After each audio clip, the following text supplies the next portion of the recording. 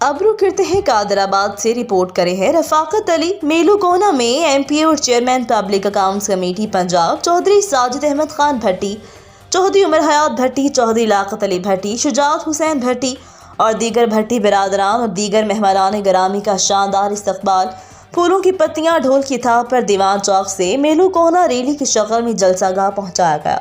जलसे का आगाज तिलावत कुरान पाक से हुआ। सपासनामा आमिर शहजाद हरल ने पेश किया, जिसमें मेलू कोना के मसाइल की निशानदेही की गई। इस मौका पर एमपीए चौधरी साजिद अहमद खान भट्टी ने तकरीब से खिताब करते हुए कहा, आपके मसाइल इंशाअल्लाह तरजीही बुनियादों पर हल होंगे। आज जो इज्जत और प्यार अहलियान मेलू कोना ने दिया, आपके मखरूज हो गए हैं। जलसेगाह में अवाम ने हज़ारों की तादाद में शिरकत की।